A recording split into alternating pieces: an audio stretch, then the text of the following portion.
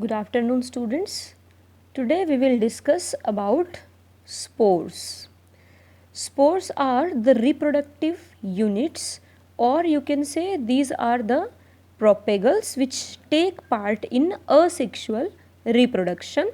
These are single celled, thin or thick walled propagules take part in asexual reproduction, and they are dispersive in nature. They disperse through various agencies like air, water, insects, etc., and will form new individual. Because they form new individuals, that's why we are saying them the reproductive units or the propagules. Now the spores may be motile or non-motile.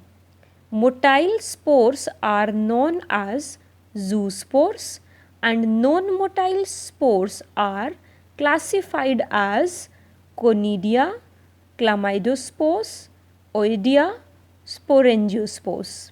Fine. These zoospores are motile spores. Remember one thing, I am not saying zygospores, because zygote is the product of sexual reproduction, and zoospores, these are the asexual reproductive units. Fine. And zoospores, let's discuss about zoospores. See, this is the diagram of zoospores. Why zoospores are motile?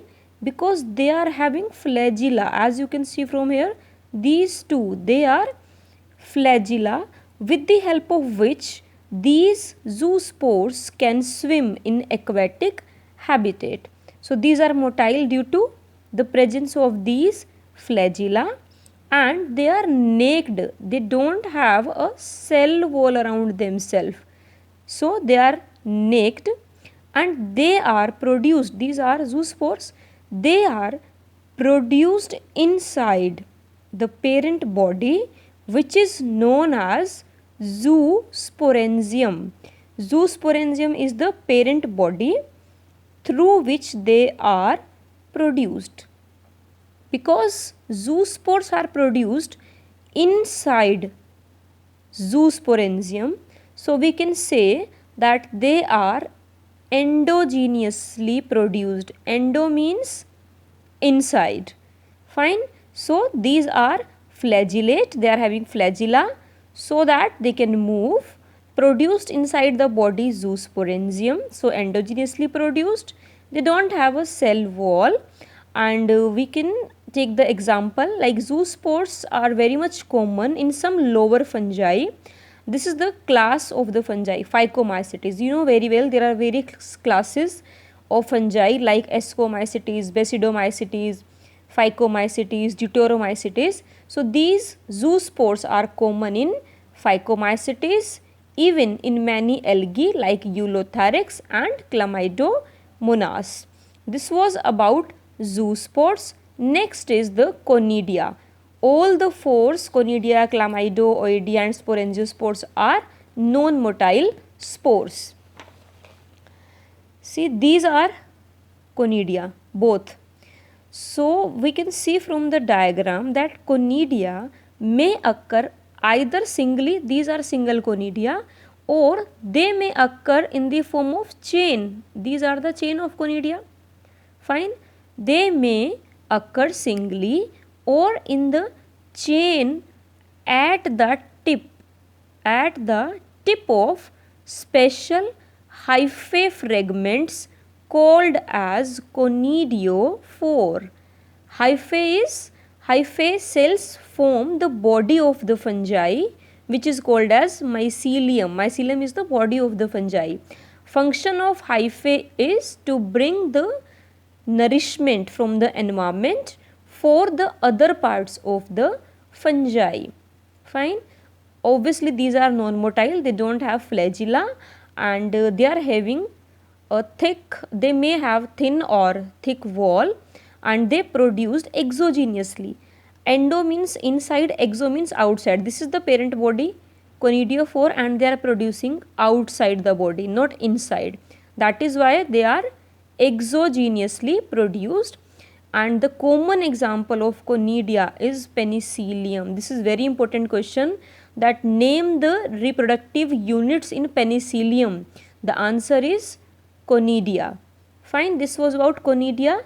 Next is chlamydospores. You will be able to write about these through the diagrams. See, this is the hyphae body and they are also non-motile and they may have thick walled. This is the hyphae fragments.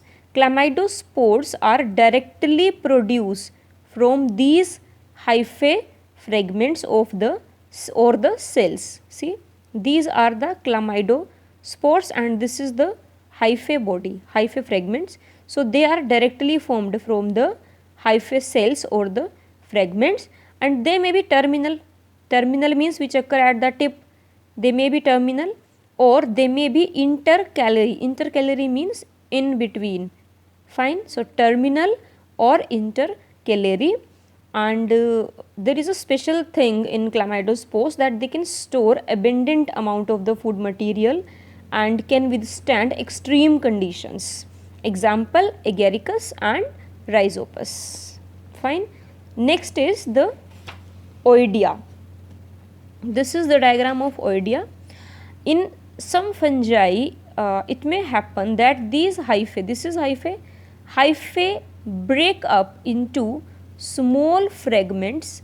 These small fragments are known as oidia and obviously they are also exogenously produced. This is the parent body and they are producing outside. So, they are exogenously produced, non-motile, they are having thin walled. And why oidia are formed? They are generally formed when there are conditions like excess of the salt, sugar, water, etc. And they are formed in some fungi only. For example, mushroom or botanically you can say agaricus.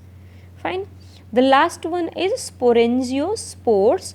These sporangiospores are also called as endospores.